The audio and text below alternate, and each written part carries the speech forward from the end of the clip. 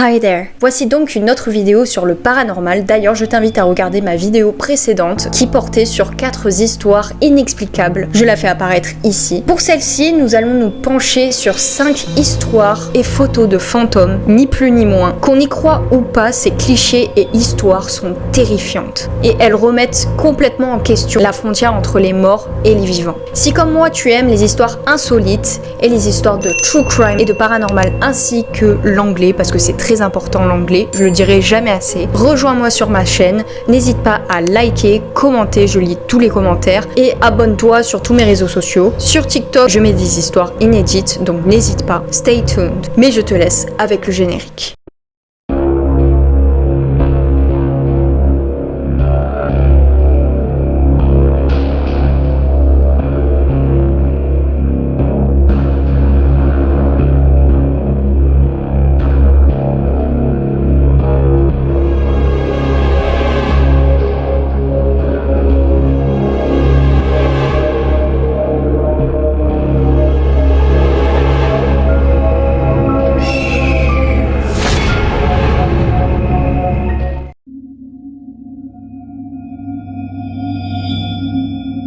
L'utilisateur Reddit a mis cette photo en ligne.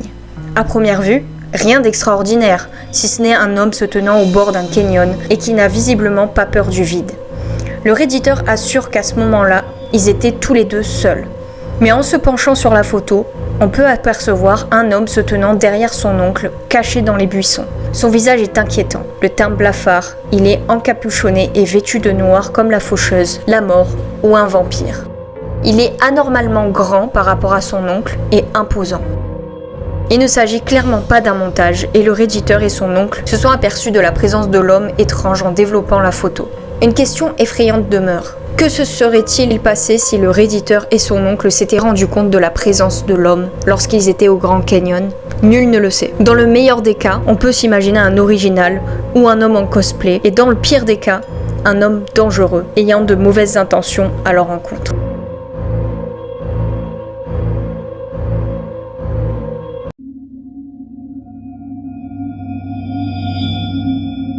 Ce groupe pris en photo n'a rien de particulièrement impressionnant, hormis le nombre d'hommes réunis.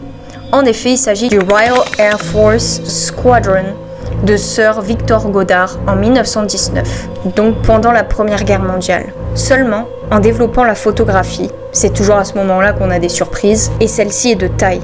Il remarque instantanément le visage d'un mécanicien. Sauf que ce mécanicien, nommé Freddie Jackson, était décédé il y a 2 jours, avant la prise de la photo, tué accidentellement par une hélice d'avion. Son fantôme aura rendu visite à ses camarades au dernier rang, 4e de gauche à droite. Il est encore plus effrayant de savoir qu'au moment même où la photo était prise, on était en train de célébrer les funérailles de Freddie.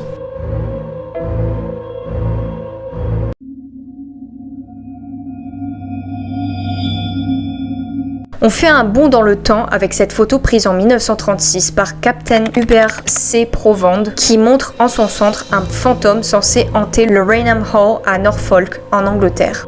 Selon la légende, l'identité du fantôme sur la photo de Brown Lady of Raynham Hall n'est autre que Dorothy Walpole, la sœur du Premier ministre de Grande-Bretagne, Robert Walpole. Selon la tradition, Dorothy, seconde femme de Charles Townshend, a eu une aventure avec Lord Wharton, mais Townshend l'a pris et se vengea en enfermant Dorothy à Raynham Hall où elle restera jusqu'à sa mort en 1729. Le photographe londonien Captain Hubert C. Provand prit cette photo en 1936 qui fut publiée dans le Country Life magazine la même année.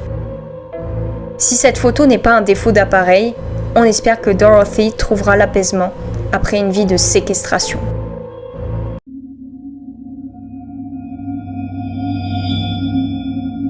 William Hope fut le pionnier de la photographie spirituelle. Que signifie ce terme? Eh bien, c'est la capture photo d'esprits, de fantômes, surtout pendant la chasse aux fantômes dans les maisons dites hantées. Il est aussi connu pour être médium et au milieu du 19e siècle, des familles font appel à ses services pour rentrer en contact avec leurs proches décédés. Cette photo a été prise lors d'une des séances où l'esprit d'une femme, le visage blafard, le regard sombre et la face voilée apparaît. William Hope était-il entré en contact avec elle?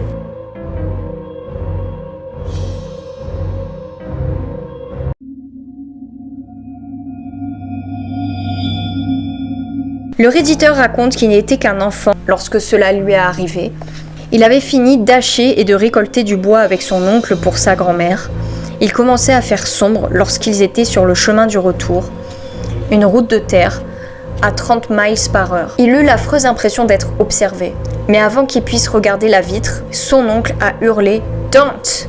Donc ne le fais pas. Le réditeur se pétrifie, figé, le cœur tambourinant dans sa poitrine. Il a eu l'impression que son cœur s'arrêtait dans sa poitrine lorsqu'il a entendu taper à sa fenêtre. Son oncle a accéléré et a prié bruyamment dans sa langue maternelle, donc le Navajo. Il ne savait pas ce qui se passait et il pensait que c'était fini, jusqu'à ce que leur véhicule dévie de la route et que son oncle lui crie « Regarde-moi, ne regarde surtout pas ailleurs ». Et il n'arrêtait pas de lui répéter ça. Puis, il entendit encore un tapotement sur la vitre. Il lui était de plus en plus difficile de respirer. Il voulait pleurer. La voiture a encore dévié. Tout était silencieux. Puis il se tourna vers son neveu dans sa langue d'origine. « Nous demanderons à ton père de faire une prière le matin pour que le diable oublie nos visages. » Il se rappelle s'être blotti dans son siège et avoir fixé l'heure de la radio pendant tout le reste du chemin. Et l'oncle n'arrêtait pas de prier jusqu'à ce qu'ils arrivent chez la grand-mère. Depuis, il dit que son oncle n'a plus jamais parlé de cet événement et que maintenant, dès qu'il entend un tapotement sur une vitre ou autre chose, son sang ne fait plus qu'un tour. Et voilà, j'espère que ces histoires vous auront plu. Si c'est le cas, faites-le savoir en mettant un commentaire et en mettant un pouce bleu. Je lis tous les commentaires. J'espère que ces histoires fantomatiques ne vous empêcheront pas de dormir. Restez sur vos gardes. And remember, you rock.